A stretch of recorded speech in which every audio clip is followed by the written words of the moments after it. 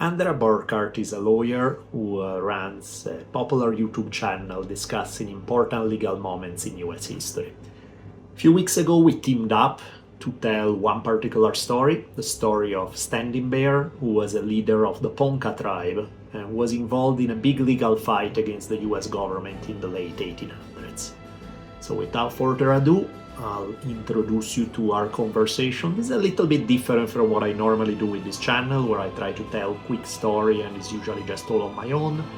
Here is going to be a long conversation with Andrea, but the topic is fascinating and I think we each bring something to the table to be able to tell a better story. So here we go.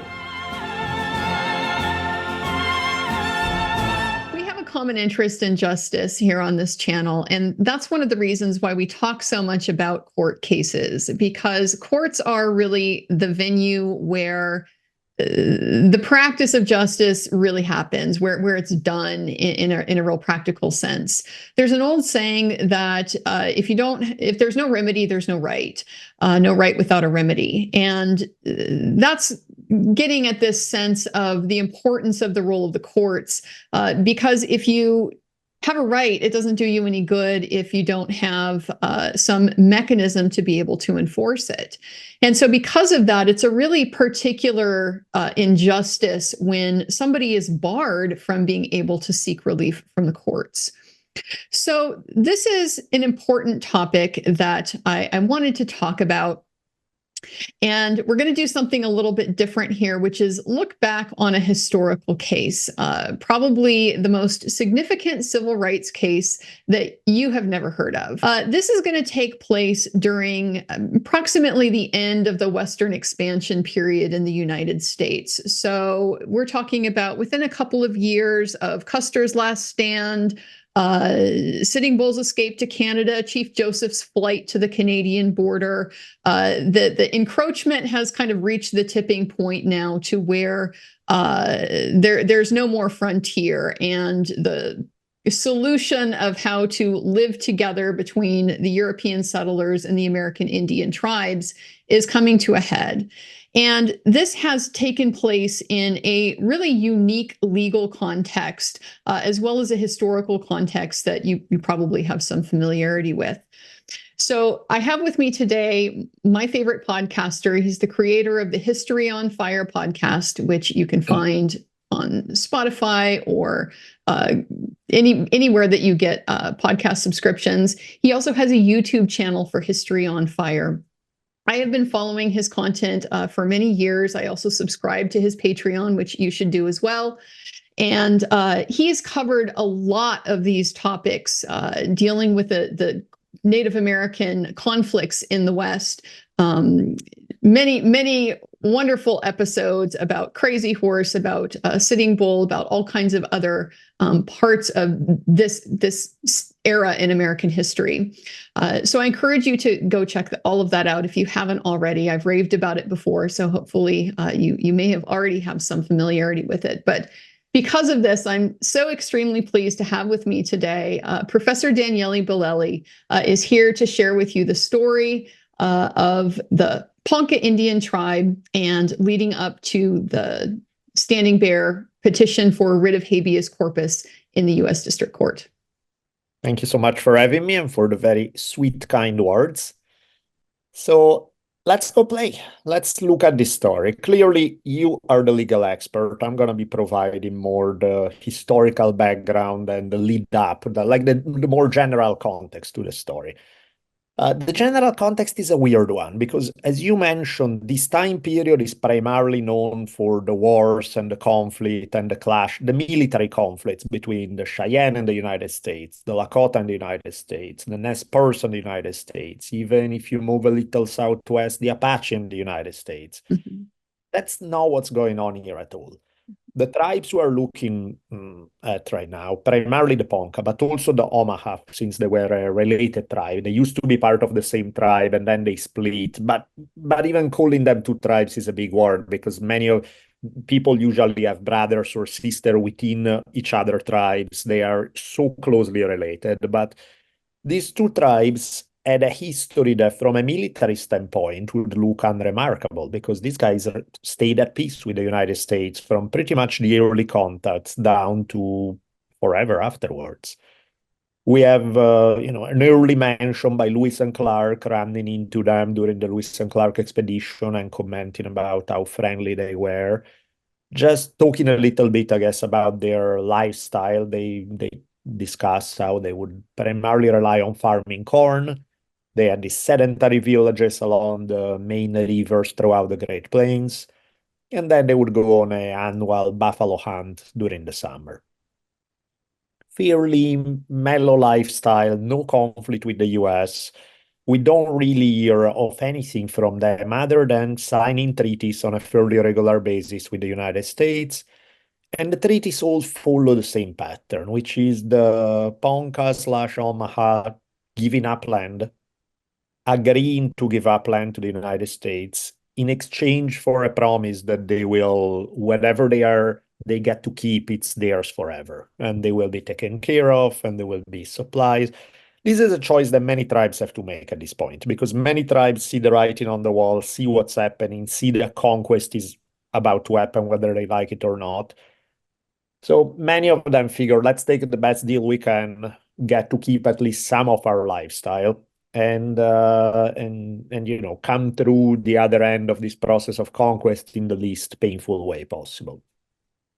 Ponca and Omaha do exactly that. I should mention, by the way, that they lived in the area of what's modern-day Nebraska/Iowa/southeastern portion of South Dakota, right around that area. So the problem, of course, is that their case is the textbook case for, even if you decided to be friendly to the United States, usually things didn't work out either. Because, you can see the choices of tribes that take a more militant stance and criticize it as well. Maybe if they weren't so aggressive, they would have gotten a better deal. Not really, because you see the tribes that decide to fight get most of their land taken. The tribes that decide to be friendly get most of their land taken. So it doesn't really seem to make a difference, even though at least in words it sounds like it would. That just simply not what's happening in reality. So one of the things that happen is that by the second half of the 1870s, the government decided to push the Ponca out of their chosen land where they had lived for generations and send them to Oklahoma. Oklahoma was becoming, and had been actually for a good chunk of the 1800s, a dumping ground for native tribes whose lands the government wanted. They would dispossess them of the land, send them to Oklahoma. And, I want to be nice to the folks living in Oklahoma, but it seems from the way they describe it that the government attitude was, nobody else wants to live in Oklahoma anyway. Just send them all there where no one else wants to go, and we'll take land that we actually care about. Now, the Ponca, as you may imagine, are like, hey, come on, we gave up so much already. We are just asking, we're not bothering anybody. We're just asking to continue our life in these little plots of land that we have left. Can we just do that? And the short answer is no, you can't. You got to go. And I mean, if you really don't like it, sure, then you can come back. So in 1877, some of the leaders of the tribe take an exploratory trip down south. They reach Oklahoma. And, the climate was so different, the resources weren't pretty scarce. So they see many of the tribes that have been settled there in more recent years. They see them struggling dramatically. So they're like, well, no, we don't want to come here. The government agent that had been in charge of selling them on this plan is really upset. So doesn't provide for any money for their return trip. The leaders, however, despite no money, no food, they managed to make it back home, bringing the news. This is a terrible idea. We really shouldn't do it. Now, here is where a more general point that applies to these guys, but also applies to so much of the policy toward native peoples during this time, which is an unfortunate point that needs to be made, is that the whole process of the way reservations were run was corruption is the name of the game, essentially. There was a term that critics of this system used. They refer to it as the Indian ring. And what they are talking about is a whole group of people from politicians, government agents, bankers, land speculators, everybody both in public sector and private sector who was going to find ways to benefit by taking resources that were supposed to go to the tribes and instead pocketing them for themselves. And I'll give an example so we know what we're talking about. Every tribe was assigned an agent to run the reservation. The prevailing idea was like, you guys are too stupid to handle money or to handle your own affairs. We need some government employee to do it for you. Now, of course, this person was, in more cases than not, found very creative ways to make sure the money that was supposed to go from Washington to the tribes would end up in their pockets. They would, maybe in accounting, they would say, oh, I bought 100 cows for them, but then they would buy the cheapest, sickest cows they could find at below market price and pocket the difference. Or they would flat out lie. They would say they spent money to build the schools, to do this, to do that stuff they've never done, and they just pocketed the money. When the tribes complained, the government agents would blame Washington.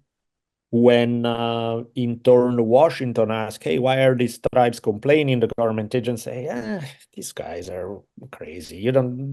It's a pain to deal with them. Just, I'm showing you, I can show you how I've spent all the money. You see, I've done everything by the book.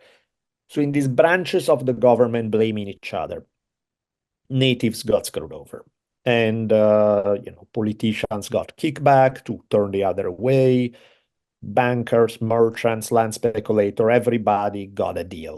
And at the price of the conditions that the tribes would have to deal with. So that's the context behind the whole thing. So it might be helpful too to at this point talk a little bit about the legal context that really allowed that situation to flourish, this massive corruption on just a scale that is a little bit hard to contemplate today. There's a series of cases that took place in the early 19th century that began to define the relationship between the United States, the state governments, and American Indian tribes. And so these cases, the very first one was called Johnson versus McNaughton, and it concerned a land dispute over what was at the time Cherokee land. And so what had happened is a Cherokee member had sold some of his land to a white person. There had subsequently been additional transfers and basically transfers like on behalf of the Indian man as well. And so that created a dispute over the title, who actually has good title to this property, because more than one person is claiming it. So this was a quiet title action to basically establish, okay, given these different conveyances, who's the true and rightful owner under the law. And so in that case, the U.S. Supreme Court took a look at the situation and basically held that American Indians don't have the right to sell their own property. And the reason why is because this was quite literally and explicitly grounded in the law of conquest. This notion that because European people on ships had sailed by and seen the shore, from a distance and laid claim to it for their sovereign, that essentially gave them the title of the conqueror to pretty much everything that they saw. And then, of course, they argued amongst themselves about, well, I saw this coast, you saw that coast, and we don't exactly even know how the continent is configured at this point. So nations are disputing with each other about who owns it. So where does that leave the tribal people, the indigenous people who are already there? Well, they have what the court refers to as aboriginal title. So because they're there and they're not at war, they're going to continue to have the right to live in their normal and accustomed places, but their title is inferior to the claims of the U.S. government as the conqueror. So the U.S. is concerned about things like, well, what if one of these tribes were to sell off their property to a foreigner, somebody maybe who has interests contrary to the United States? the United States is not a particularly large country, geographically speaking, when this is taking place in the early part of the 19th century. So that could theoretically pose a fairly big national security type of risk. So at the same time, there has been a long tradition among the European nations, as well as the young American nation, of engaging with American Indian tribes like their foreign nations through the treaty process, through diplomatic procedures where we enter into agreements about kind of how we're going to live together, but you run your sphere, we run our sphere, and we will just get along as mutually independent sovereigns. So in these early cases, what happens is that sovereignty is kind of defined down into a position of dependence to the United States. They're characterized specifically as domestic dependent nations in one of these cases. And so essentially what that's doing is the court is saying, we're going to treat you and recognize you as a separate independent entity, a category. So you are not like all of the other European settlers in the United States. You're not a citizen. You're not entitled to the same kinds of rights and privileges as U.S. citizens would be. But at the same time, because you're within the territorial limits of the United States, we're not going to treat you as fully independent either. We're going to make you be subservient to us as the conqueror. And so for that reason, the relationship between the United States and Indian tribes is typically, and from very early on, the very earliest cases, it's conceived as analogous to a guardian's responsibility to a ward, that obviously extremely, racist in these types of assumptions. But the Indians are these inferior people. They don't have the enlightenment of Christendom. So in our benevolence, we need to look out for their best interests. Kind of like you're saying, they're too stupid to deal with their own affairs. Is a lot of the underlying assumption here. And it's important to realize when we're talking about justice as a project and an undertaking, that is literally written in the law. And so a little bit of a disturbing background there.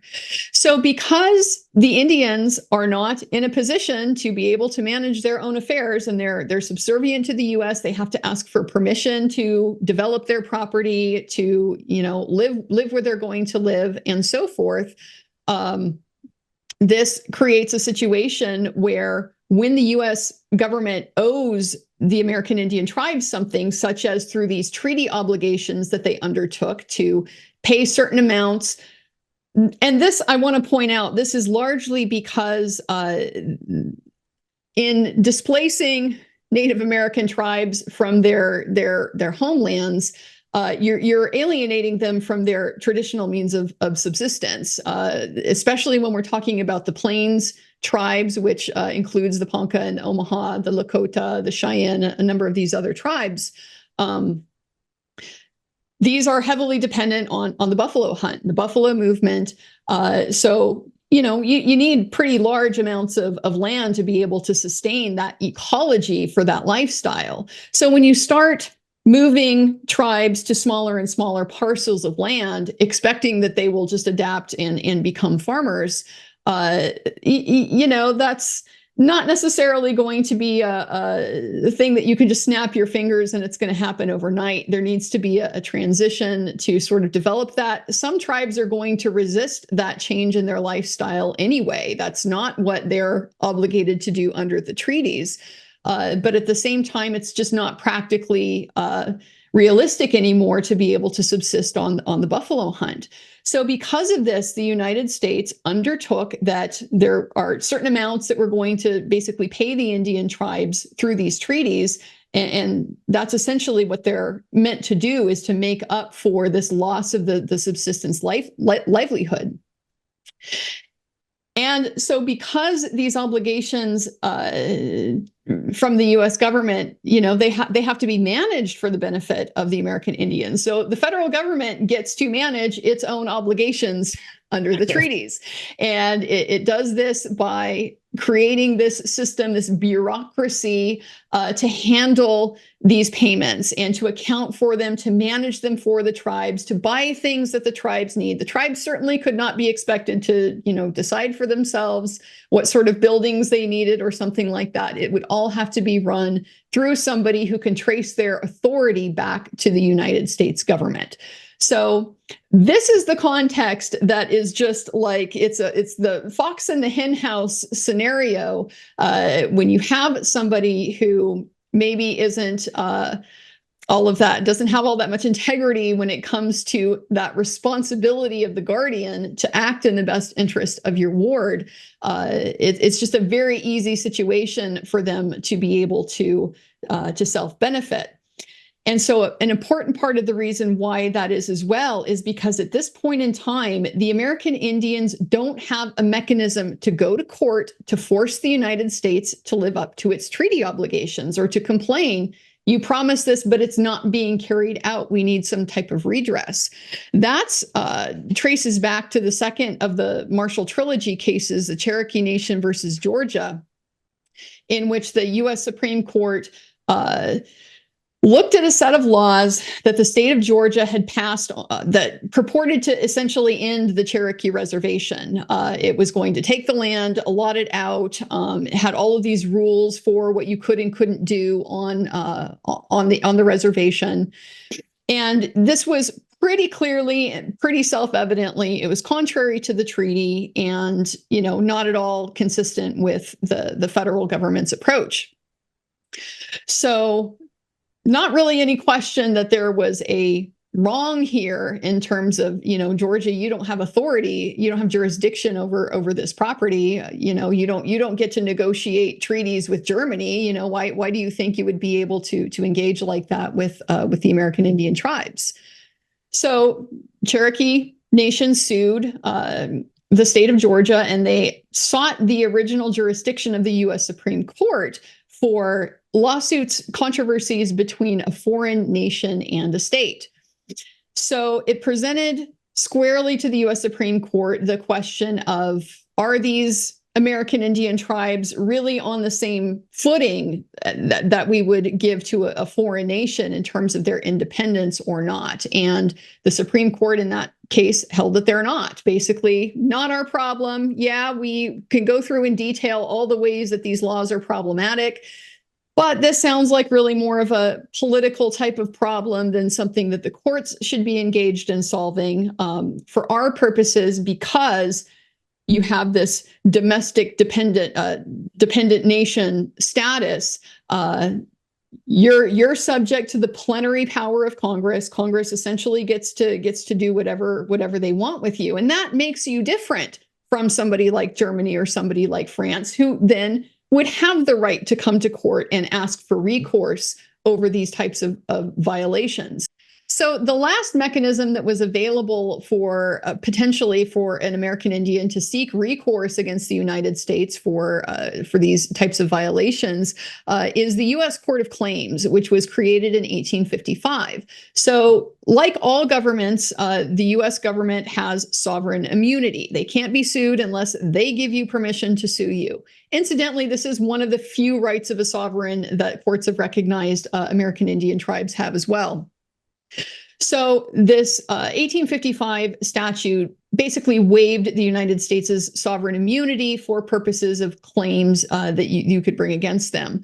But the problem is this statute specifically excluded American Indians from its coverage. So what we have then at this situation, at this time in history where these events are unfolding, we have the inability to seek direct recourse against the United States for any type of wrongdoing by the United States in this relationship.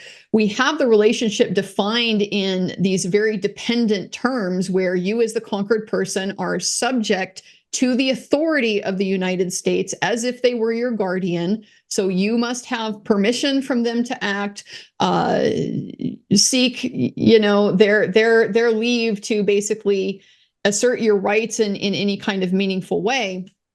And they are then also responsible for administering these day-to-day necessities that you are depending on for your livelihood in a context that is just kind of custom made for the possibility of this type of corruption that unsurprisingly emerged from it.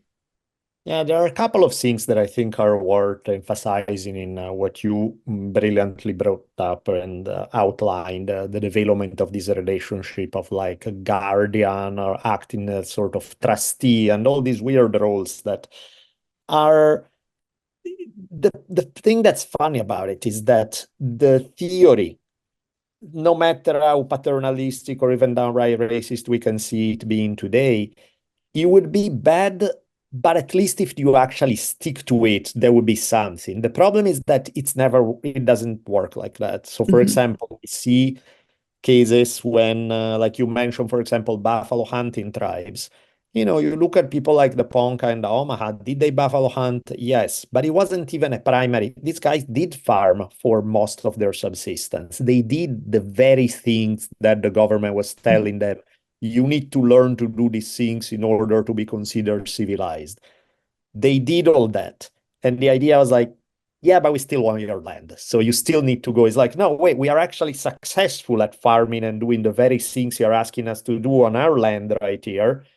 We are starting schools. We are creating churches. We're doing everything you ask us. And it's like, yeah, but the land is a little too good for you. Let's send you to a new land where farming is terrible and you don't know what you're doing and you'll probably starve, but you know, so there's this kind of thing where it's like part of the problem is that the lack of consistency in like the theory, regardless of whether the theory is just or not, doesn't really follow through with practice. Yeah, it's a situation where historically it's hard not to look back on this and see the sabotage built into some of the decisions. Like if you look at what the policy is at the time and the type of lifestyle you're trying to promote, we have tribes that are basically doing exactly what you would want them to do. And so what is our solution? It's to undermine their ability to do that. And that really underscores the hypocrisy that has emerged from this legal context where we're going to characterize this as a guardian ward scenario when it's beneficial, but when it's not, we're going to just go ahead and disregard it. We love to talk about American Indians having this dependence on the government, but the government having responsibilities towards the people that they're administering. This is not so much a popular thing to be raising and thinking about.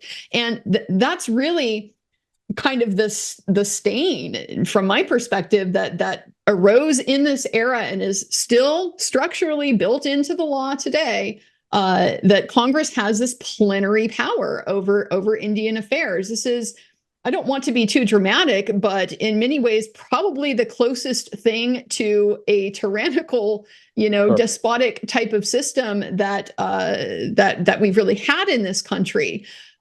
Especially at this time frame where, again, American Indians they're not citizens, they're not afforded the right of citizens, and even if they did have rights, they have no recourse to the court to be able to enforce them in any meaningful way. So legally, the posture here is one of essentially desperation. There is no clear avenue available in spite of injustices that even at the time, people are aware of these things, raising concerns about this type of thing. But, just not a situation where the courts are going to be willing to throw open the door then and, offer justice for these wrongs that everyone can see are being perpetrated. Yeah, even, I mean, we'll get back to the Ponca in a second, but like even in what you brought up regarding the Cherokees, which is the Marshal Trilogy in the 1830s was sort of the foundation of laws that then affect Native Americans in this country.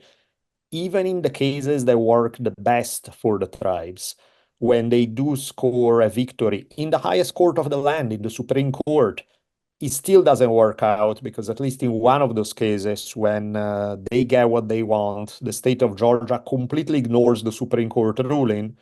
So what you should have is the same thing that happened, for example, in the 1950s with civil rights legislation that was approved by the Supreme Court, Some states didn't want to go along with it, and so you had the federal government applying pressure to force the states to go along. Hmm. In this case, Andrew Jackson was president, and his attitude was like, I could not care less. I'm not starting a civil war with Georgia over what? Over Native American rights? Give me a break. So, sure, you can put the law on paper somewhere, but I'm not going to do anything about it. And so you Hmm. have the cases of some tribes where they do win in the highest court in the land, and it still doesn't mean for it. Like, it's a win on paper only because in Yeah. practice it gets to be ignored. And so Yeah, you're like, literally, this paper says you have rights. Now, good luck trying to do anything about it. yeah, yeah, yeah, yeah. And we see this thing over and over with this idea of the relationship, the guardianship relationship. Like people who have seen, for example, the movie Killers of the Flower Moon, you see that exactly how that relationship works out in the darkest possible terms when the people who are supposed to be helping the tribe on the quote unquote helping you become civilized are the ones who are taking advantage of the tribe for their own benefit.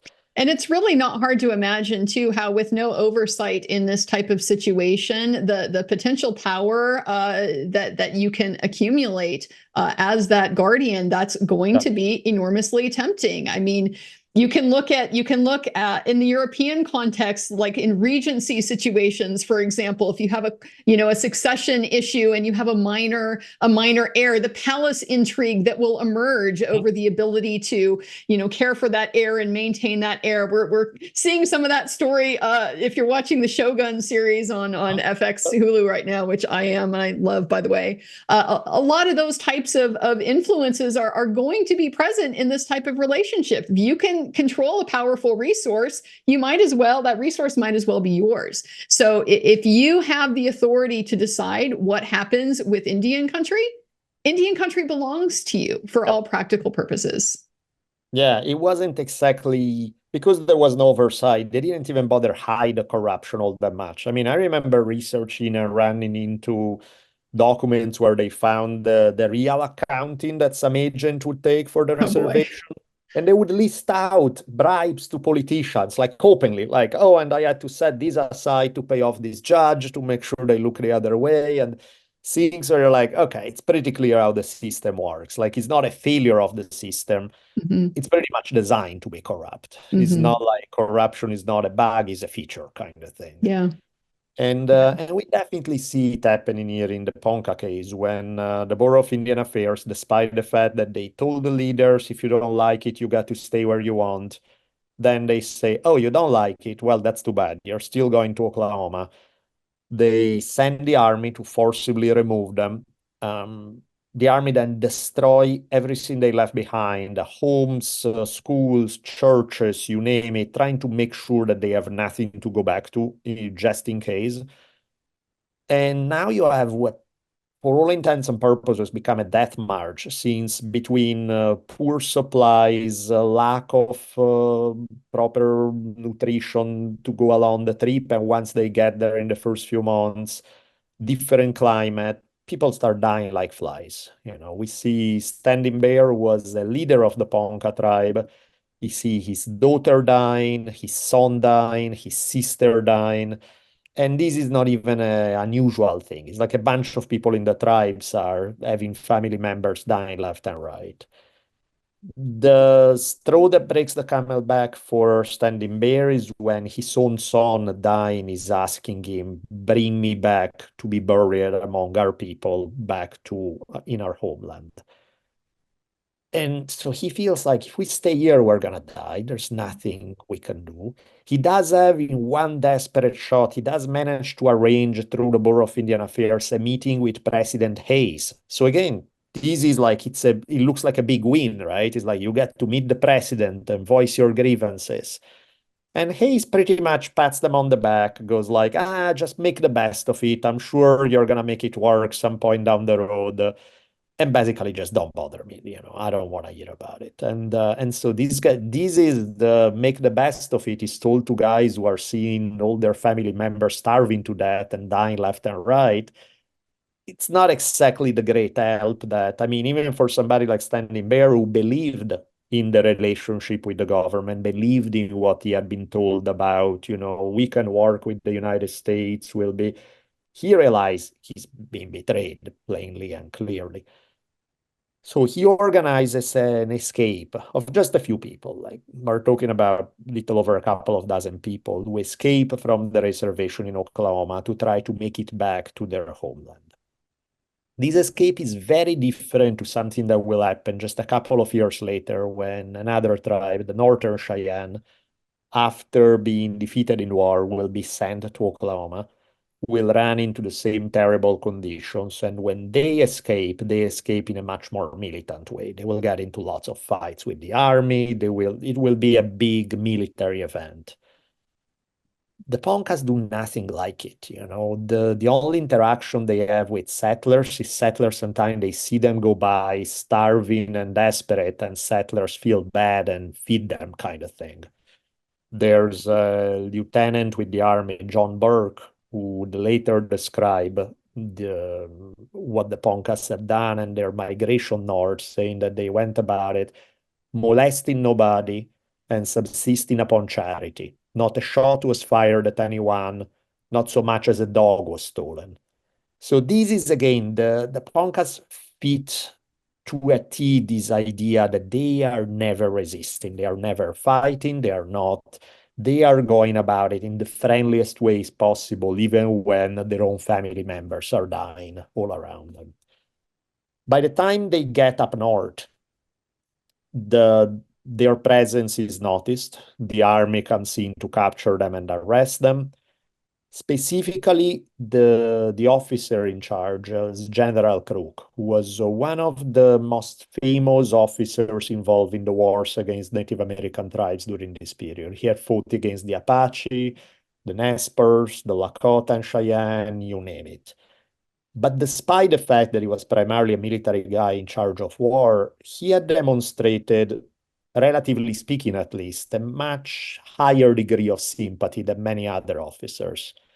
So he's actually feeling bad about this. He's feeling like, I don't want to know, like I know what I'm sending them back to if I send them to Oklahoma, but what else can I do? At this juncture, the daughter of Standing Bear's brother was a leader in the Omaha tribe, pressure her father to go speak with Crook, trying to do something about it, trying to help out, essentially appeal to him for help. And Crook goes to visit a journalist named Thomas Henry Tibbles, who worked for the Omaha Daily Herald. He had been a supporter of John Brown, had served during the Civil War.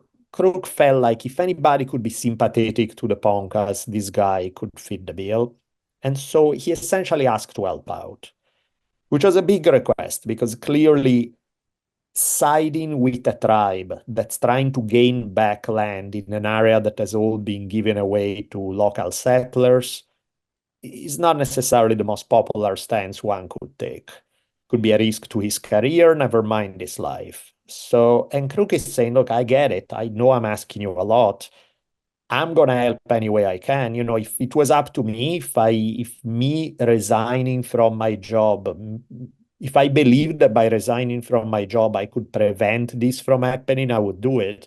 But the reality is that they're gonna send another officer who's gonna take them to Oklahoma, and the same thing will happen. So can we create a campaign? Can we create enough of a hoopla around the story where maybe he is essentially dumping the hot potato in Tibble's hand, saying, help me figure out what we can do about it. Yeah, And he's trying to shift it to the court of public opinion a bit, and I think trying to solve the situation through political pressure is really his goal. That if you can get enough people in the press, then this is the classic set of incentives that we have for Washington. If you're worried that you're not going to get reelected, then you'll go along with whatever the pressure is of that campaign. So that's really kind of the approach that he's seeking them to take, because of course he doesn't have the ability to get out of his own chain of command and not obey this order. He's subject to this order, and he'll be court-martialed if he doesn't follow it. But he clearly sees it as a great injustice. Crook he had a very, like you mentioned, I was fascinated to learn about his history with the Indian campaigns because, of course, he was such a big figure. I think it was part of his army that, was in the area, the vicinity of Custer's last stand when that happened. He's been involved in a lot of these conflicts, and yet despite that, he had enormous respect for the American Indians and the American Indian tribes.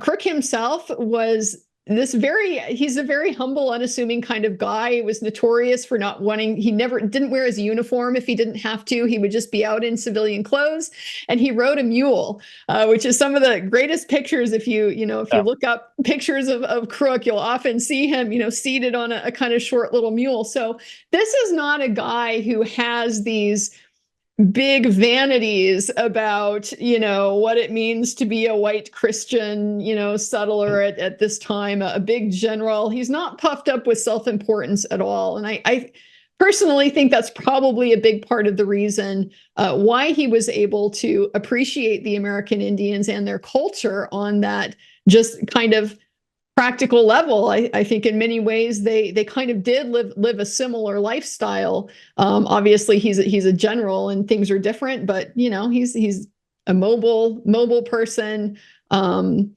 of living a little bit more of a harsh kind of life than you might expect in a settled kind of community. So absolutely. And the thing that's interesting about him is that he even brings up a point saying, we have a little weapon, not much of a weapon, but we have something we can do, because the orders I received were for me to arrest them. They did not explicitly say that I was to return them to Oklahoma, even though everybody knows that that was the meaning of the order.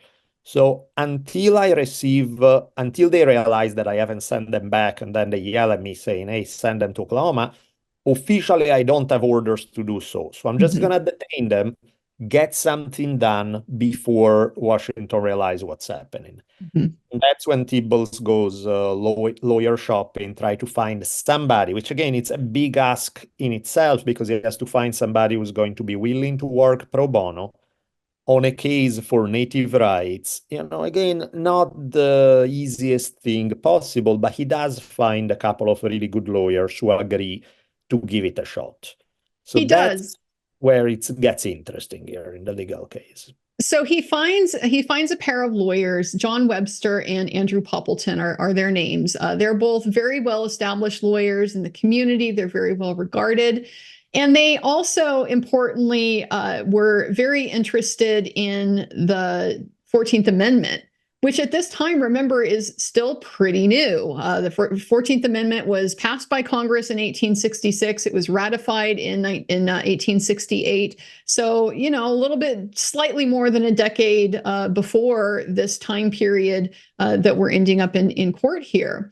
And so obviously with the 14th Amendment, there was a lot of debate and public discussion about civil rights generally and what this was going to mean to really kind of make real this commitment that our founding fathers had articulated and envisioned, that all men are going to be created equal. Everybody is equally subject to the law and has the same rights as everybody else. Of course, from today's standpoint, that doesn't seem all of that remarkable. But for that time period, this was pretty revolutionary. And the idea that the states could be held accountable for that was particularly novel. Prior to this, the Bill of Rights was largely understood to only apply to the federal government. It didn't create any obligations on the parts of the states. And so okay, the federal government can't take away your right to speak, take away your right to practice religion, can't quarter troops in your house or things like that. But there was no specific guarantee that the states could not do that as well. So that's one of the things that the 14th Amendment accomplished. But at the same time, this didn't resolve the question of the status of American Indians. The 14th Amendment itself, if you read the text, all persons born or naturalized in the United States and subject to the jurisdiction thereof are citizens of the United States and of the state wherein they reside.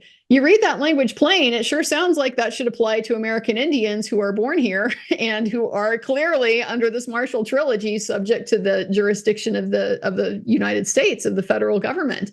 But no, it was generally understood that did not apply to American Indians. American Indians remained not citizens and continued to remain not citizens until 1924, when Congress specifically passed the Indian Citizenship Act.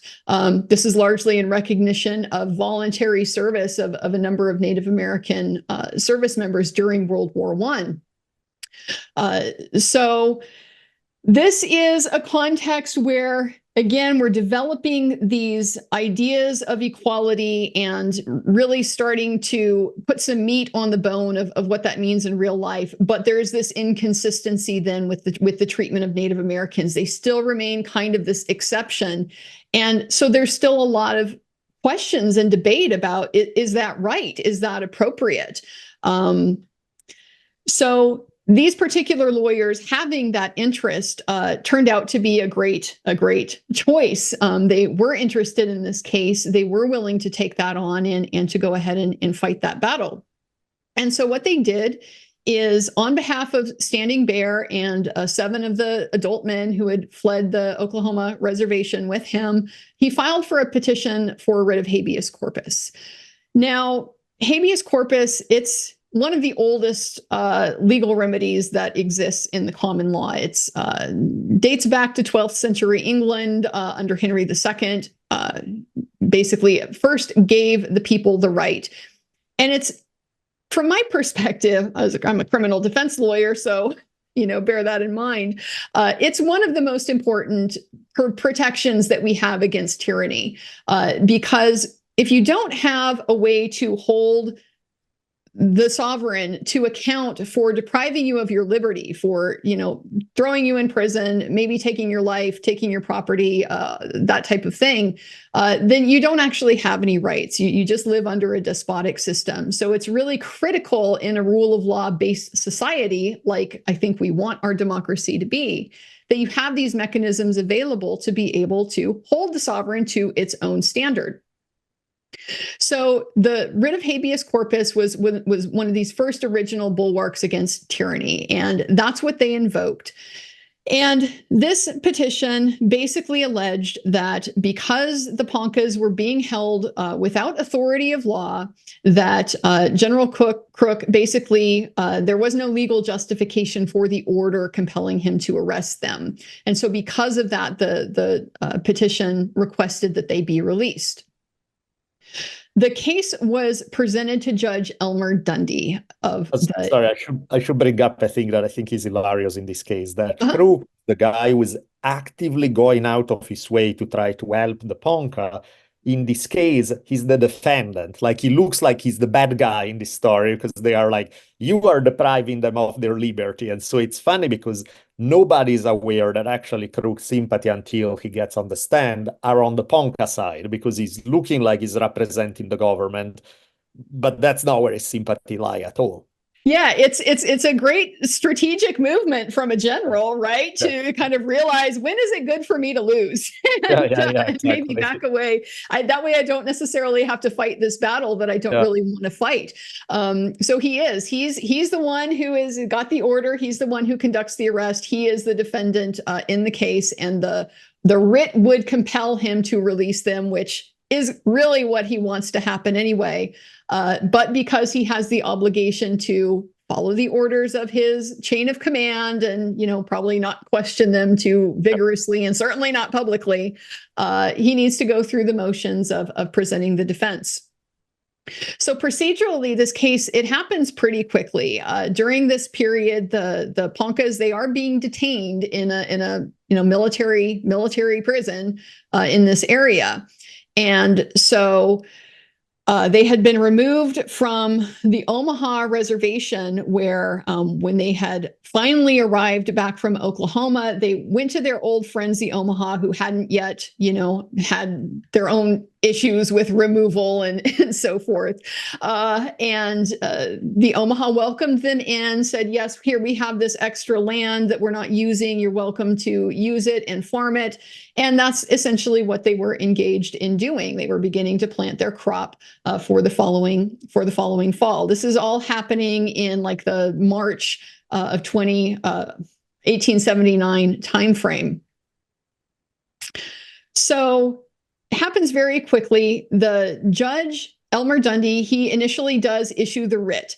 And this is like what we would call today kind of the ex parte process, where you go to the judge with an emergency, something, a petition is for a writ of habeas corpus, in this situation is considered an emergency type of process. So you can go to the judge and get some temporary relief until there's an opportunity to have a full hearing on it. And then basically the judge decides whether to make it permanent or not. So if you're familiar with like a restraining order type of process, very similar to something like that. So Judge Dundy does initially issue the writ. There's kind of a funny story about the timing of how this happens, because as you mentioned, Crook had this narrow little window between his orders don't explicitly say that he has to send the Poncas back to Oklahoma, but we know those orders are going to arrive any day when the government realizes the Poncas are not going anywhere yet. So there's all of this concern to get this done as quickly as possible before those orders arrive. And it's troubling because Judge Dundy is off on a hunt and nobody knows where he is. So there's this process of trying to hunt him down, finally finding him late in the afternoon and getting him to sign this writ before any orders arrive from Washington. So a little bit of serendipity there with the timing that set the stage for what was to come with this case. So he issues the preliminary writ, and Crook is required to answer it, which he does. And his argument is essentially, this is the order that I have. That's my lawful authority. I was commanded to do it by, my chief commanding officer, President of the United States, through his representatives.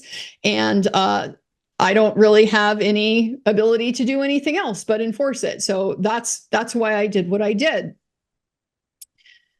So it comes to a hearing, and the hearing addresses some specific points that the petition had raised that were necessary under the circumstances, I think, to make this legally and probably, I'm sure, also politically palatable.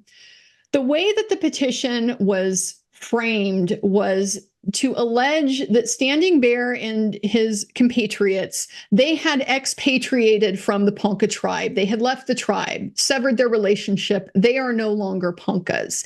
They had sought to come back into the area of their origin so that they could essentially live like white men. They wanted to adopt the white man's ways. They wanted to maintain themselves through their own labor, and put away, their tribal type of way of doing things. And because of that, the petition argued this is really necessary to try to get them out from under that congressional plenary power authority that we have, where, Congress is a despot. If they say you need to go to Oklahoma, then you need to go to Oklahoma, and they don't have to have a rhyme or reason to it. And if you don't like it, you don't have any recourse to do otherwise. So to get them out of that type of setting, they had to pitch it, at least this is my read on the case, as these are not actually Ponca Indians. So rest assured, court, you're not making any, overwhelming type of decision that could potentially affect all of the people down there on the reservation in Oklahoma right now. We're just talking about these ones that are no longer tribal members. So they allege that because of that, they had the right to leave the Oklahoma reservation and to basically, live as white people would live, right? This is putting the 14th Amendment to the test. So they go to a hearing, and much of this hearing is focused on these details of whether they have or have not expatriated from the tribe. The government is trying to bring up things like, you still, you Standing Bear are still kind of a leader to these other men. You're still like a chief in your relationship with these other men that have come with you. You did still continue to accept benefits from the U.S. government as a tribal member because, for example, they had traveled back from Oklahoma in a wagon that they had received from the proceeds of the original treaty. So really trying to pitch it as, this is a force. You haven't really left the tribe. Standing Bear himself gets an opportunity to testify. He's called as a witness, but Judge Dundee does something quite extraordinary in this case with respect to Standing Bear, because normally only people who are practicing barred members of the bar get to address the court and say what they think, say what the judge should do, what their pitch is ultimately for the court's ruling. When you're just a witness, you're there in the box, you're there to answer the questions that are asked of you. You're not allowed to speak contemporaneously off the cuff and just say whatever you want to say. But Judge Dundee, I think, thought it was important that Standing Bear have the opportunity to be able to speak for himself in this courtroom. And so he, kind of like General Crook, found a little loophole that he was able to exploit to make that happen, which is that the rule to address the court, to be requiring you to be a member of the bar, that applies in open court. So he closed the court. He formally concluded the court proceedings, but nothing really changed. Everybody's still sitting there. And so it was really just a kind of formal decision that was made. And that enabled Standing Bear to be able to present his position to the court. So I'm going to briefly read the description of his speech that Thomas Henry Tibbles wrote. It's in his book, Buckskin and Blanket Days, if you can see that. It's a fun read. I recommend it. He's a very interesting character in his own right. But so describing this particular incident, he says, Standing Bear rose. Half facing the audience, he stretched his right hand out before him, holding it still so long that the audience grew tense. At last, looking up at the judge, he spoke quietly. That hand is not the color of yours, but if I pierce it, I shall feel pain. If you pierce your hand, you also feel pain. The blood that will flow from mine will be of the same color as yours. I am a man. The same God made us both. Half facing the audience again, he let his gaze drift far out through a window. His tone grew tense. I seem to stand on the bank of a river. My wife and little girl are beside me. In front of the river is wide and impassable, and behind are perpendicular cliffs. No man of my race ever stood there before. There is no tradition to guide me. Remember, American Indians have never been allowed into a United States court before. This is a really revolutionary place where he finds himself. Then he described how a flood began to rise around them and how, looking despairingly at the great cliffs, he saw a steep, stony way leading upward. Grasping his child's hand while his wife followed, he led the way up the sharp rocks while the waters still rose behind them. Finally, he saw a rift in the rocks and felt the prairie breeze strike his cheek. I turned to my wife and child with a shout that we are saved. We will return to the swift running water that pours down between the green islands. There are the graves of my fathers. There again we will pitch our teepee and build our fires. But a man bars the passage. He is 1,000 times more powerful than I. Behind him I see soldiers as numerous as the leaves of the trees. They will obey that man's orders. I too must obey his orders. If he says that I cannot pass, I cannot. The long struggle will have been in vain. My wife and child and I must return and sink beneath the flood. We are weak and faint and sick. I cannot fight. He paused with a bowed head. Then gazing up into Judge Dundee's face with an indescribable look of pathos and suffering, he said in a low, intense tone, "You are that man." So this was quite a moment, as I'm sure you can probably imagine, given the detail that Henry Tibbles took down and wanted to convey to the rest of the world to see. This had a big effect on the courtroom. Described as, people crying in the audience, people very deeply affected by this speech, including the judge himself and Crook, which is like, that's quite a speech. That is exactly what you want out of your closing argument. If you pull that off every time, you're gold. All teary-eyed, and my question has always been on these, and of course there's no answer. I was always wondering if this was 100% standing bear, or if he got a little bit of a quick tutoring in Shakespeare, The Merchants of Venice, because of course the speech, at the beginning of the speech at least, is very reminiscent of that. The whole, the hand, if I pierce mine, it's almost not word by word, but getting pretty close. So I was like, oh, that's interesting. But in any case, we'll never know. What we do know is that the speech was powerful and it had the intended effect in terms of the emotional impact of it all. Well, part of the reason why we know it had such a big emotional impact is because when Judge Dundee then decided the case in early May of 1879, he told us. He told us specifically how much it affected him. But again, it's one of these contexts where there's a lot of bitter delivered with the sweet in this opinion. A lot of stuff that is now, again, embedded in the law that we continue to apply today, that maybe, we might wish is not altogether there.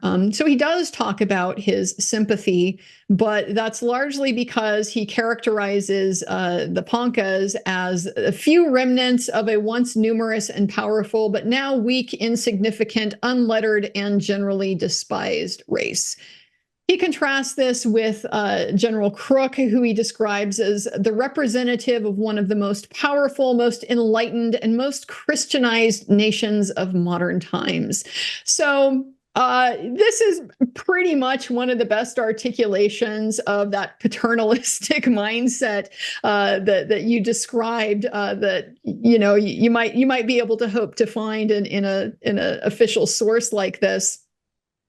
Very clear that from the power standpoint, he sees the government and Crook as holding all the cards.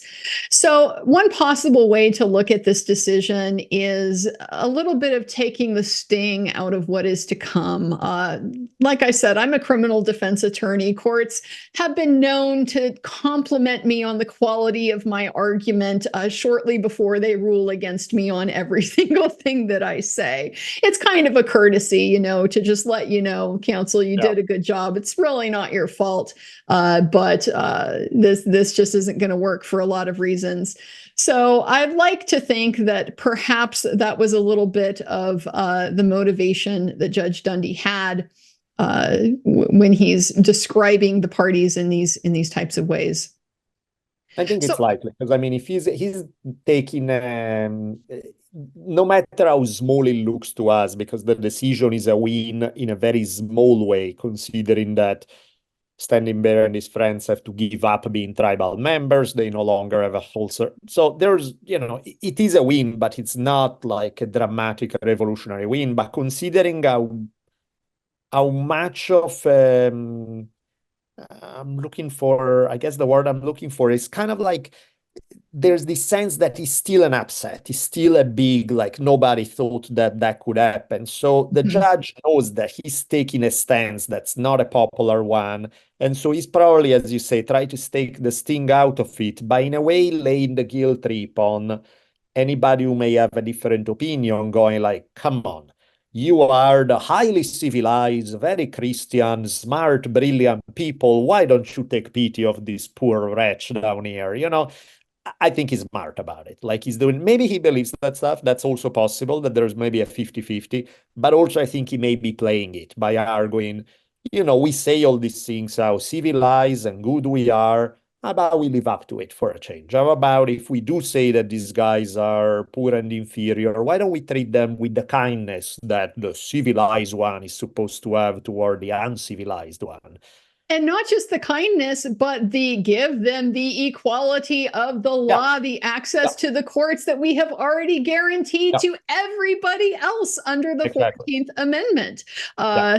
Here's the crux of this conflict that we still Mhm. have. We didn't resolve it. We fought an entire civil war over these ideas of how humans should relate to each other on a platform of equality. But when it comes to the American Indians, we're still not providing them with that same type of equality. Yep. So, spoiler alert, obviously, Judge Dundee, he does grant the writ. He essentially finds that, yes, the detention was without legal authority, and therefore the writ has to be issued. Standing Bear and his friends, they need to be released from prison. There's a few holdings that he had to make to get to that point. And this is where, again, when you look at the Indian law cases, you just there's a lot of stuff in it that is going to have downstream effects that maybe aren't necessarily considered at the time that they're made. And so with Judge Dundee, he's very careful with his ruling in some respects, but he's also it goes a little bit beyond what's necessary to really decide the issues in others. And I, again, think part of this is probably with the need to make it somewhat, at least politically palatable. So the first holding that he made was, on the one hand, it sounds like the least controversial one, but on the other one, it really was the revolutionary holding, because it is what kicked open the courthouse door for American Indian claimants. He held Standing Bear is a human being. Human beings are who are entitled to seek a writ of habeas corpus. The state had tried to argue, the government had tried to argue that this is a right that's reserved to citizens, and the court just basically rejected that argument, looked at the statutory language, said that it applies to any person who is in custody or unlawfully restrained. So all we have to decide, Standing Bear is a human being. Really sad that has to be a revolutionary legal principle, Right. but it was. And It was. that is really the big win that they got in the case. The second holding, that is one of the maybe a little bit more troubling ones. Maybe it could be viewed as a positive as well, because it's putting Indians on a similar footing with pretty much everybody else. Is it recognized the right of expatriation, the right to sever your association with a tribe and decide you're not going to be part of that tribe anymore. This is something that citizens have enjoyed under the First Amendment. You have a right of association. What goes along with that is the right of dissociation. You have the right to not maintain relationships that you don't want to. And so to recognize that the Poncas are just like everybody else, even if they're, not really in possession of all of the same rights as citizens are. Nevertheless, this is a basic natural human right that they share. Now, of course, it's troubling because to the extent that holding is really necessary to support the decision is not really clear. And Judge Dundee doesn't necessarily make it very clear either. He does include some language in his opinion that suggests, in his view, unless Congress is relying on the war power or the executive is relying on the war power, there may not be any legal authority to order American Indians to go anywhere in particular or to stay confined on a reservation. The treaties don't say that. So what then would be the basis for the executive to make that decision? The legal argument would be, well, it's Congress's plenary power. Congress can, order American Indians to do whatever they want whenever they want to do that. So it's this tightrope that he walks where he seems to basically be trying to set it up so that it's a win either way. That in his opinion, you US Army, you don't have the right to be moving any Indian people places they don't want to go, whether they are tribal members or not. But just in case that doesn't work, maybe at a higher court or maybe for political purposes, we'll just go ahead and find that, yes, they have the right to not be tribal members anymore and that they had, in fact, severed their tribal relations. So, as someone who deals in the appellate world, I'm kind of used to seeing judges frame their decisions in ways to protect them, to preserve them against the review of a higher court, and little but even ifs that often get built into the decision. And this seems to me to potentially be something like that. The last bit of the holding is the one that is kind of the letdown. That's it. Because it has to do with the claim of legal authority to be able to detain the Ponkas. So General Crook had relied on his order that had come down from Washington. Judge Dundee looked at the situation this way. He saw that under the law, as Congress had provided for it to be, you are not allowed to be present on the Omaha reservation if you are not an Omaha tribal member. The exception to that is only if you got the permission of the Indian agent who, may or may not, depending on whether it's in his interest for you to be there or not, could grant it or deny it pretty much at his whim.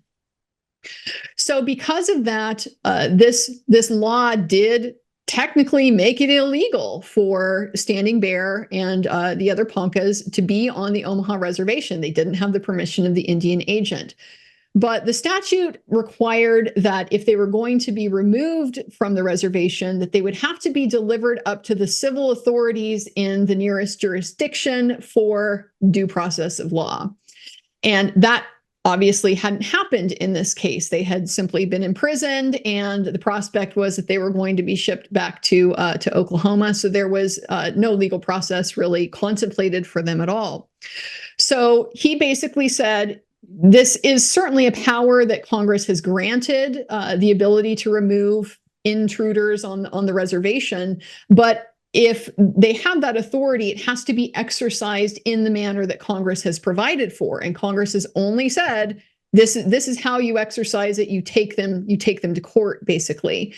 So because they didn't exercise it in the manner that the statute contemplated, it was illegal, contrary to the law. Therefore, the writ had to issue, and Standing Bear and his compatriots had to be released. So it's a good result. But it's one that rested a little bit on a technicality and not so much on the sort of broader principles of equality and justice and fairness and so forth that we might hope a court could rely on when they're addressing a wrong. Yeah, that's what's crazy, that, you have the military authority in charge agree that this is an injustice. You have, of course, the Ponca, the Omaha, a bunch of settlers agree that this is an injustice. The judge agrees that this is an injustice, but the only way to get around it is that by barely squeeze through on a technicality. Mm-hmm. It's like, wait, what? I thought we all, that part is disturbing. Yeah. And also some of the legacies too are disturbing of it, because one of the things that happened shortly thereafter is that Standing Bear's brother named Big Snake was still in Oklahoma, doesn't want to be in Oklahoma anymore, realizes that there are options, want to leave. He's also upset for other issues as well, because at this time his son, like many of the kids of the tribes, as well as many other tribes, were forcibly removed from their parents and sent to boarding schools. Mm-hmm. Not only they are sent, like, you don't get to have a choice where your kids stay with you or they are relocated to a boarding school, but also you don't even get to see them in summer, because they would usually rent them out as servants to local families.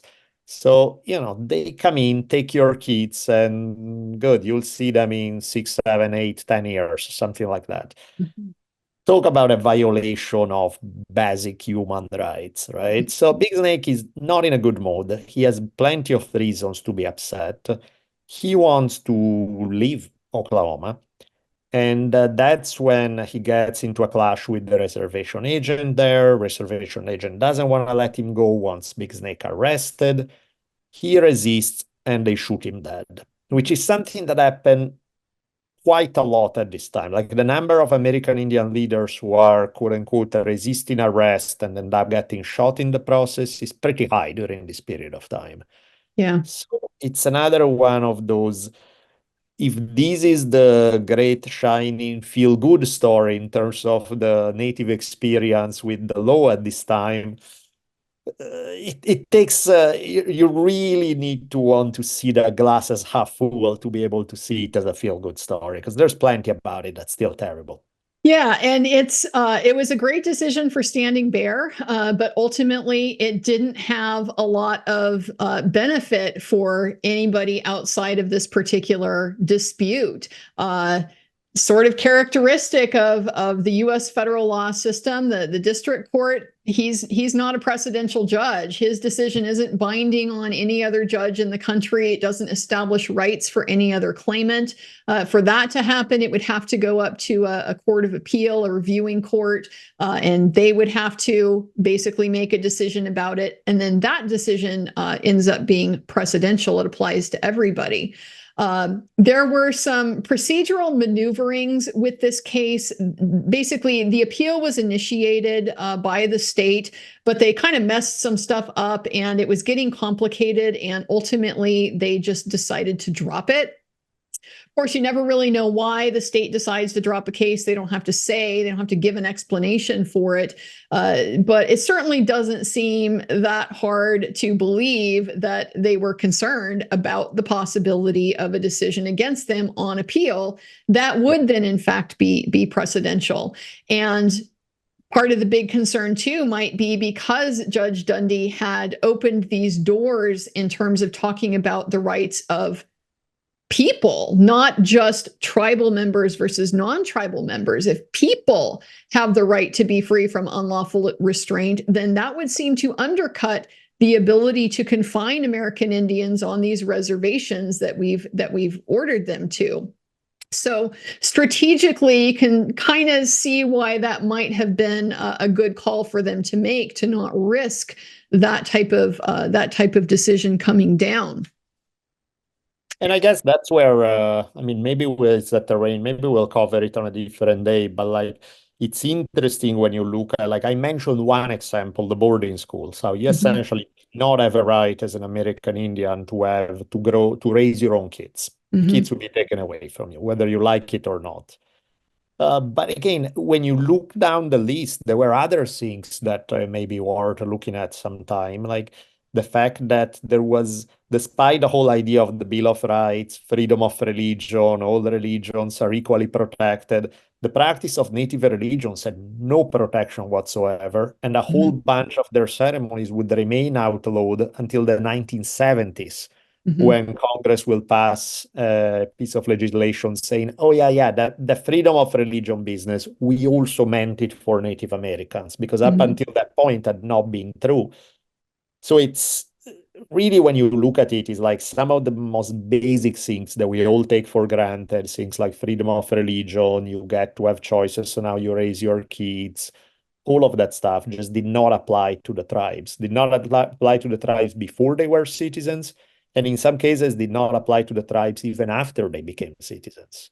So it's, yeah, when you look at like obvious cases of legal injustice, it's like you can blindly throw a dart anywhere, and when it comes to the Native American experience, you pretty much hit it every time. Well, and I think you've hit on something that's so important, which is really why would we still be talking about this case today? Why does this even matter? This case from 150 years ago.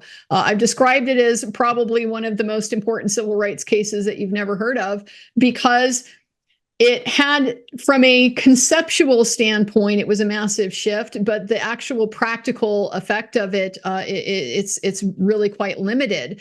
And especially when you're talking about this kind of broader conception of justice, accountability, fairness, treating American Indians on the same type of moral level as you would treat European settlers. And yeah, we continue to deal with this stuff into the modern day. You mentioned, for example, like the boarding school process, that era in history. It wasn't until 1978 that we adopted the Indian Child Welfare Act, which basically says, yeah, tribes have an interest in their own children, in being able to, participate in situations where a child needs to be, a child's needs aren't being met. The tribe has a right to assert over that process, and a stake in what happens to that child. So something as fundamental as parenting and the ability to kind of organize your child's upbringing the way that you think it was appropriate, we're still dealing with the ramifications of that through Congress, as recently as 45 years ago. So there were some good practical consequences from this. So first off, it did, at least in practice, if not in the law, it did set a precedent for issuing a writ of habeas corpus. This was subsequently kind of ratified by the U.S. Supreme Court just a few years later, in a case Ex parte Crow Dog, which is another late 19th century fairly significant Indian law case. But that also involved a tribal member who had requested a writ of habeas corpus, was granted it, and in that particular situation, they really didn't even litigate whether he was entitled to seek this remedy or not. It seemed like they had kind of accepted that the writing was on the wall and weren't really going to fight that. So in that sense, yeah, it probably did kick the courthouse door open, but only for this very limited harm and for, these very limited remedies. So in this particular case, the remedy, the wrong is the confinement, the wrongful arrest. So the remedy is let him go. Well, let him go where? We have a problem now, because you've also said in this decision pretty clearly he can't go back to the Omaha reservation without the permission of the Indian agent. He can't go back to where he had been trying to live his life as a white man, as you have just kind of commended him for trying to do. He doesn't have any resources. If he's, separated from his tribe, you had destroyed everything that belonged to him when you removed him to Oklahoma in the first place. He doesn't have resources to be able to buy land, to be able to set himself up. So he is really in a position of dependence on the friends that he had been able to make through this process. So he was very fortunate to have Henry Tibbles and Crook, and basically their efforts on his behalf, because Tibbles was very successful at ginning up a lot of support for the Poncas and their plight in the church community. Essentially, saw them as a good charitable case, a moral undertaking for them to support. So he was able to raise funds to basically help support them and put them in a position where they could move forward from this decision. But again, there's nothing institutional about it. It's like some guy essentially asking, can you spare a quarter to enough people that they have the money to leave? Otherwise, they could have won in court and they would be like, okay, good luck. You guys are homeless on the street now. And it just... This is that sabotage that we're talking about, where you were living perfectly fine before we got involved. Yeah. So that was one of the big limitations there as well. He was fortunate that Poppleton and Webster, they continued to be very interested in what was going to come of them, and so they actually were able to find a little bit of a loophole, another one that just worked to their benefit, fortunately, and that is in the way that the treaty language was originally described. It didn't include the islands that were in the middle of the river as part of the land that the Poncas, were being divested of. So these islands are then kind of in a no man's land, and that basically gave him the opening that he needed. He's not going onto a reservation now. This is just the same land anybody else would be able to enter on. And so he was able to return to these islands that were part of his homeland. He was able to bury the bones of his son in the burial ground where he had wanted to be laid with the rest of their ancestors. So in that sense, there is a little bit of a happy ending for Standing Bear. But in the broader justice sense, this doesn't even begin to remedy the injury that was inflicted through this entire process, from the point where the treaty is violated, to the property being destroyed, to the forced march, to the deaths, to this just, deprivation of basic dignity, that you would treat another person with, and you take them all the way down to Indian country and then leave them there to fend for themselves because you don't want to take them back. Just nothing. None of that is addressed or even really contemplated in this court decision as being something that can be rectified. So there is a little bit of an epilogue to this story as well, which is that we talked about how there previously was not any mechanism for the American Indians to go to court. This decision kicked open that door a tiny, tiny little bit of a wedge here, this specific harm, this specific process. Well, it wasn't until about the 1940s that Congress decided, all right, we will finally go ahead and open the door for claims of these treaty violations and these mismanagements. This abuse of this guardian type of relationship will allow those claims to be presented. And so a lot of that was taking place during the 1950s, 1960s. Some of it actually extended to pretty close to the modern day, which would be an interesting show in itself to do sometimes on the Black Hills litigation.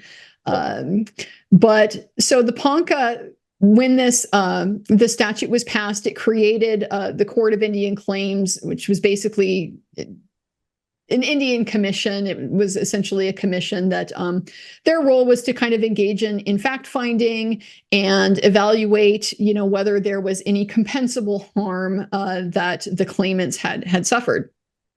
So the Ponca presented a petition to the Indian Claims Commission, and they essentially alleged what we've been talking about in this entire video here, the violation of the treaty, the forced removal, all of that stuff.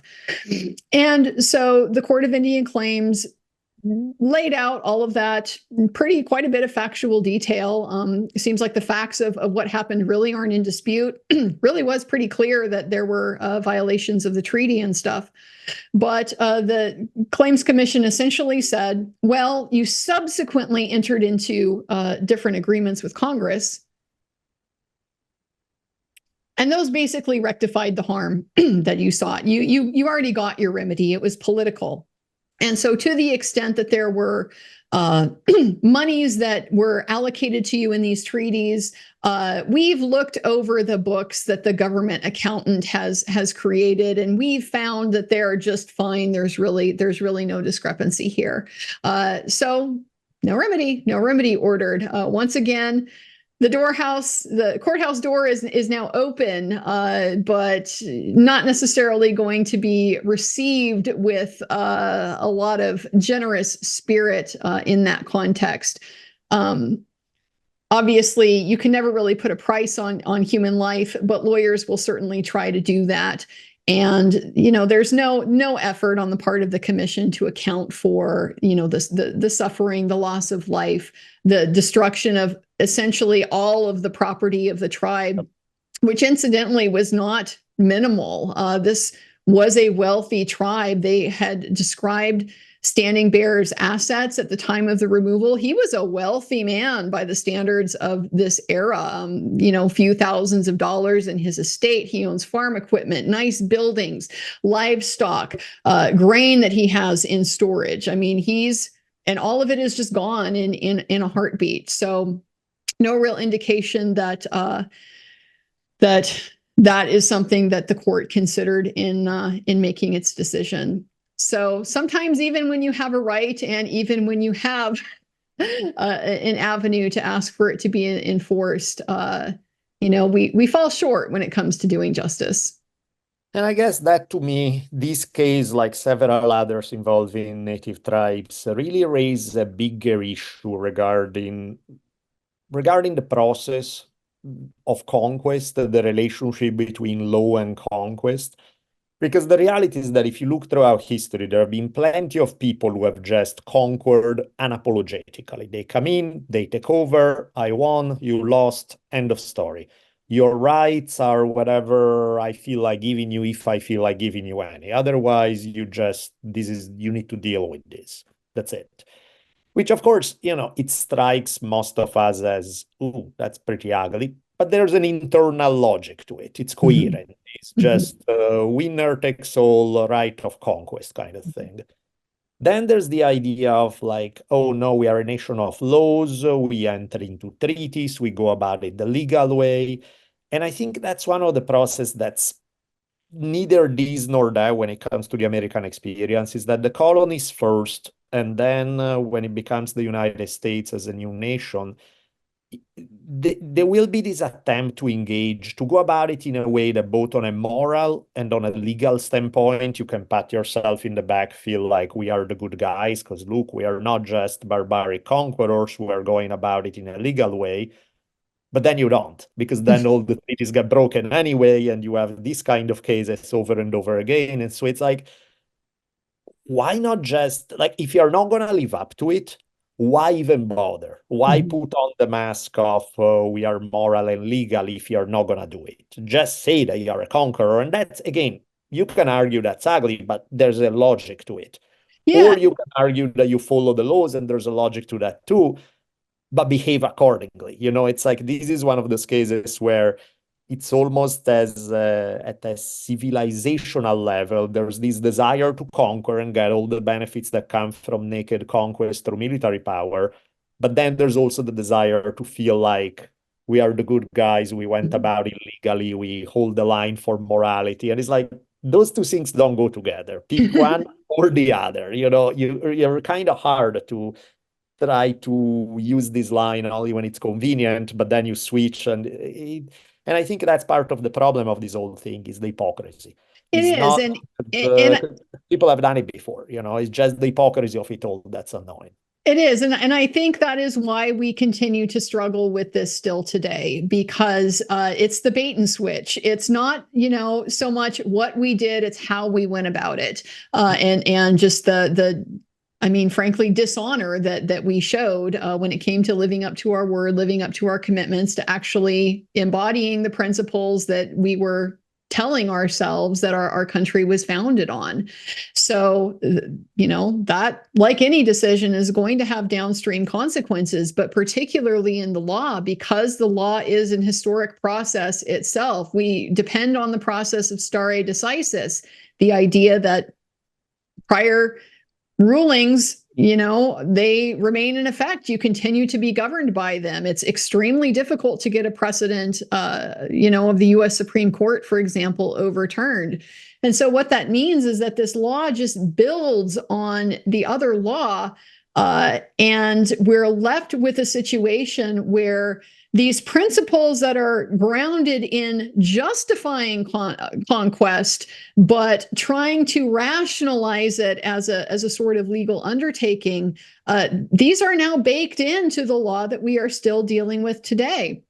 And I think a lot of people may not really be aware of what that legal status of American Indian tribes today is. For example, that American Indian tribes to this day, to economically develop, to access their resources, if you want to mine or harvest timber or something like that, you still have to go to the federal government to get permission to do that. The federal government is who collects the money for that and then divvies it out to you in the manner that it sees fit.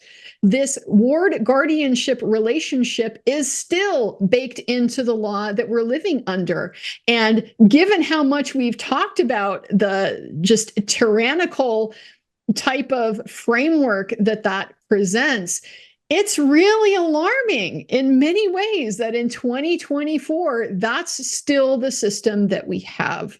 So I'm really glad and just grateful that you took the time to talk with me about this case, because I think it really does touch on so many of these bigger, more important questions about what justice is, the role that the courts play in ensuring that, and looking at a situation where I think personally a good case can be made that we're not really in the ballpark of having achieved something like justice yet. We are not equally applying our principles to everybody in our nation, and so that's just something that I think it's important to shed light on as we kind of move forward and evaluate what rules do we want to live under, what sort of society do we want to have. Let's not forget, yes, it's, I suppose, a kind of niche area of the law. If you're not from the West like me, maybe you're not even aware of it, maybe you don't even really care about it. But it's very important out here in the West. And I'm pleased to say that at least in my state of Washington, we have a recent history of some pretty good partnership type relationships with the tribes. We have come a long way in developing these relationships on more of a footing of equality and partnership, recognizing you have your area, we have our area, but we have shared interests, particularly where things like water resources, fish, the environment, stuff like that is concerned. What we do affects each other. So we make progress. There's really no question about it. But this remnant in the law that continues to govern this relationship is deeply problematic from a liberty perspective. And so really appreciate you taking the time to share that problem, that justice problem, with our viewers today. Folks, I just want... Thank you for having me. Yeah, it's been my pleasure. And I just want to remind you again, check out History on Fire. You absolutely will not regret it. It's a fantastic podcast. I also mentioned earlier the Shogun series, if you're watching that, which I am. Professor Bolelli is very soon going on a trip to Japan where he's going to be helping guide with some of these sites that are talked about in this movie, this series, which is actually based on historical events, loosely, but there is some historical underlying stuff there. So hoping very much he will share photos and maybe stories of that trip when he gets back, because I wish very much I could go. Great. I'll definitely do that. Thank you again so much for having me. This was fun. I'm glad we got to do this.